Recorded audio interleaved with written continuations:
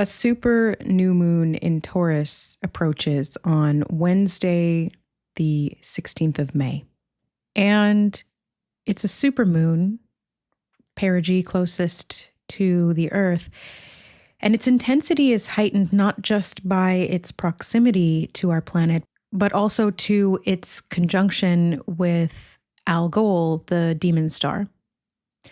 Whenever Algol is active in the sky, I have seen and witnessed synchronicities begin to manifest in the form of the story of Perseus and Medusa, and also through sometimes imagery of severed heads. I began tracking those synchronicities last year, and upon further research, discovered that the alignments at the times that I was seeing those messages were also the times that Algol was being activated in the sky. And so intuitive astrology through me was born.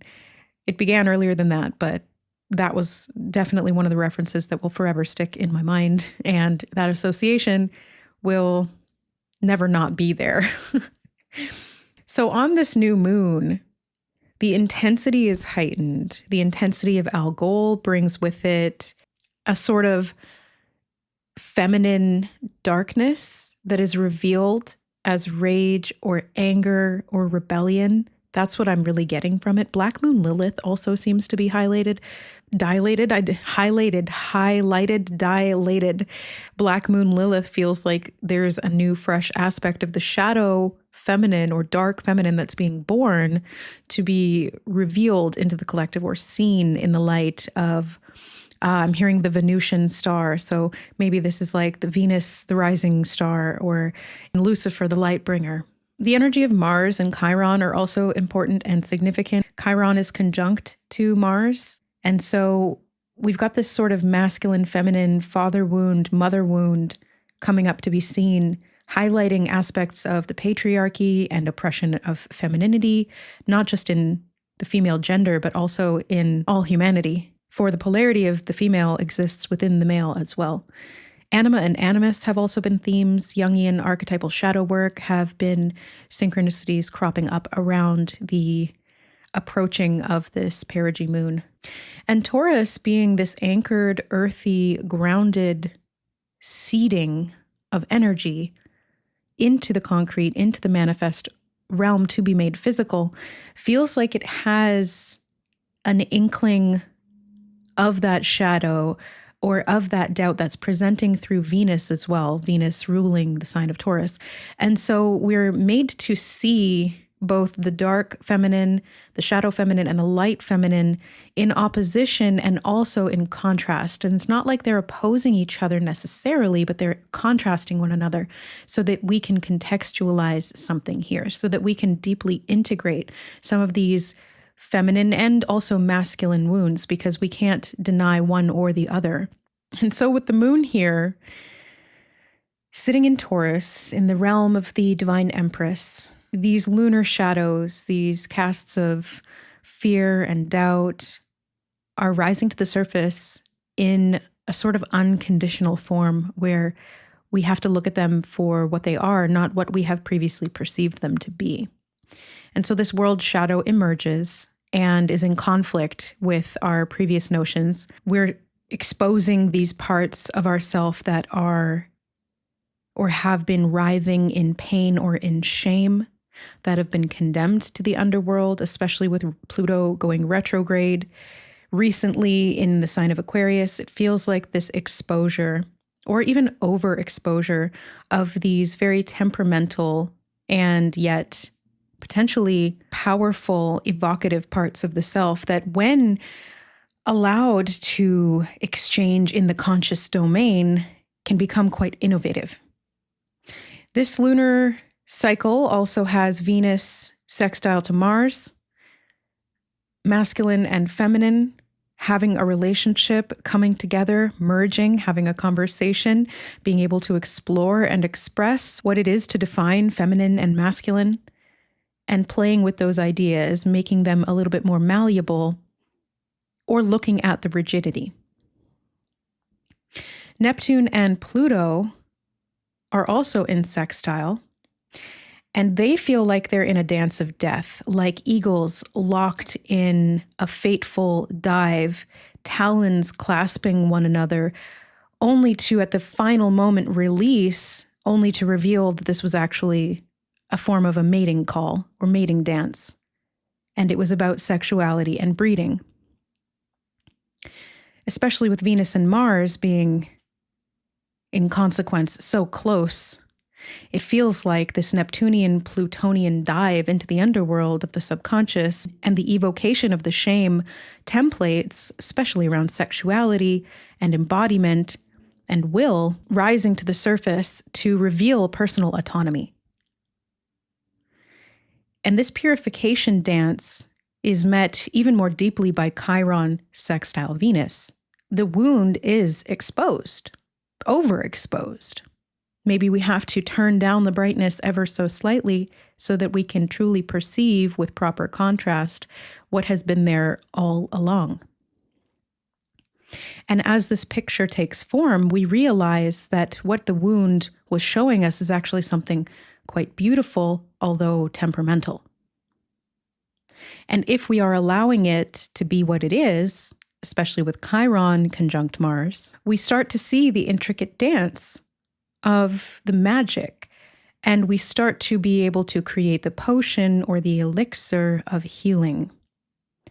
This manifestation transforms through transmutation, and it evokes within us the ability to alchemize, which has always been ever present, but may have been forgotten through unconsciousness.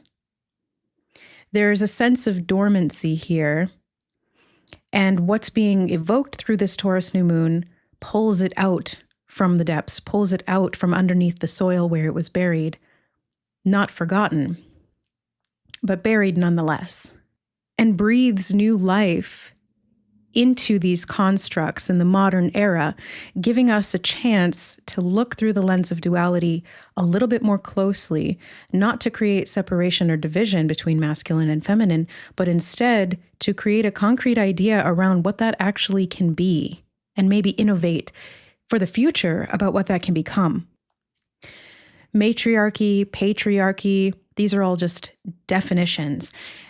This lunation feels like a subliminal message to dive deeper beyond these inhibitory Saturnian restrictions of definition. And instead of compartmentalizing these ideas, being able to evoke the wildness and explore the wilderness of untapped potential within the true interchange and symbiosis of the dynamic between feminine and masculine. And so Algol, although she, and I want to use that gender specification intentionally, is coming in with a raging bull energy, the bull symbolism intentional since it's there in Taurus, is not meant to be a bull in the proverbial china shop going in and destroying for the sake of destroying. This instead feels like a maturation and a pulling of the plug of something that was ready to transform, to change form, to shift. With that being said, this moon favors depth work.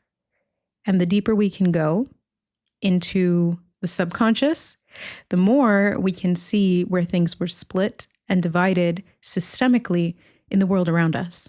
For to understand the self is to understand what exists in perpetuity that's been created by man, using the term man to apply to all humanity. Culture, civilization, security, stability, agriculture, wealth, all of that is driven by subconscious desires, needs, and survival. And beyond that, existential dread. And so this new moon invites us to gently surrender and slip beyond the veil to understand and integrate the wedded bliss of feminine, masculine, dark and light, polarity itself, and to allow the exchange of values between those two to enhance what it is that we truly value, and more importantly, what we really need. And then briefly before we go, I wanted to also look at the current positioning of Mercury at 28 degrees in the third decan of Taurus. The constellation associated with this decan is Perseus, the rescuer, and I'll put that in quotation marks, the rescuer, quote unquote. Perseus is seen as the hero in this patriarchal narrative, bearing the winged feet, essence of Mercury, who slew the Gorgon Medusa. Reference again there to Algol. This positioning is meant to symbolize victory, though clearly it is tainted by a patriarchal viewpoint. The planetary subruler being Saturn, the disciplinarian. This powerful indicator is giving intonation energetically of a system and a structure that is built through one lens. This new moon feels, to me, like an initiation into a new era of breeding, cohabitation, exploration, and future advancement in a civilization that does not need to perpetuate the traditions of the past that were broken into pairs, but rather embraces both the inhibitory energy and the expansive energy of the duality and polarity within each half of the whole. And in doing so, allows a rebirth, a fortunate time in history that no longer perpetuates, but allows to expand and to thrive in true harmony. This will take many years, but I feel as though the seed is planted and that growth is ready to go because the soil has been tilled over and over and over again. The ovum is ready for impregnation. Taurus sits on the throne of the Empress, indicating fertility. And this time around, that fertility will not come through a rescuer, nor will it come through an attacker. It will come through true harmonized union.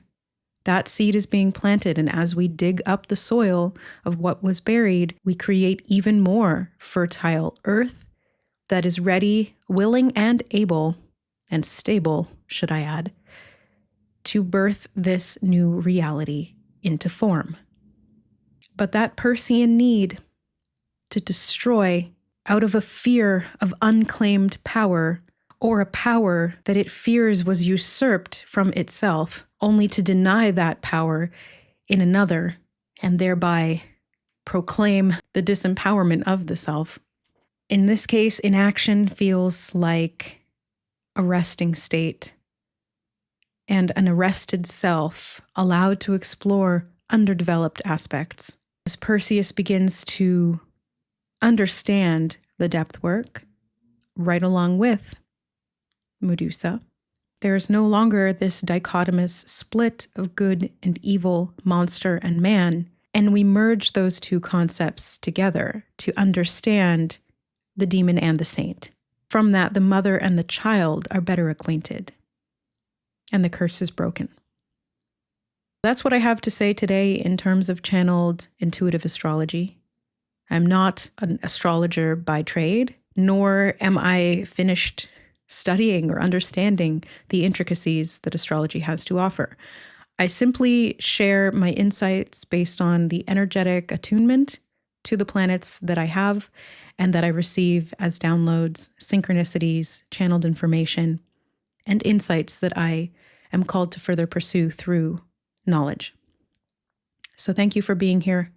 I hope this was helpful. We'll see you next time.